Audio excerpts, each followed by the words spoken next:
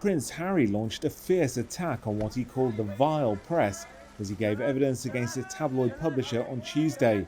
It's the first time a senior British royal has been in the witness box since the 1890s. He blamed tabloids for destroying his adolescence as he gave evidence against tabloid publisher Mirror Group Newspapers, or MGN. Harry and 100 others accused the publisher of the Daily Mirror of widespread phone hacking and unlawful information gathering between 1991 and 2011.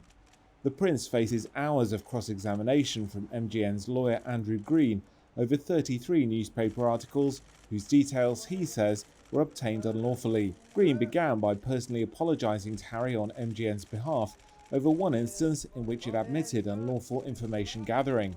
In his written witness statement, Harry denounced the treatment he'd experienced at the hands of the press, saying he'd been labelled a playboy prince and a failure.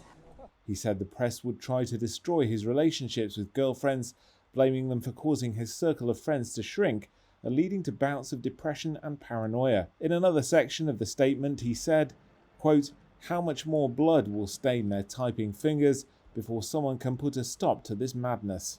Asked by Green if he was suggesting by this that MGN journalists who wrote the articles at the centre of his lawsuit had blood on their hands, Harry replied, "Some of the editors and journalists that are responsible for causing a lot of pain, upset, and in some cases, perhaps inadvertently, death." Harry said thousands, if not millions, of stories had been written about him as Green pressed him on whether he'd read the Mirror Group articles in question at the time they were published. The 7-week MGN trial began last month.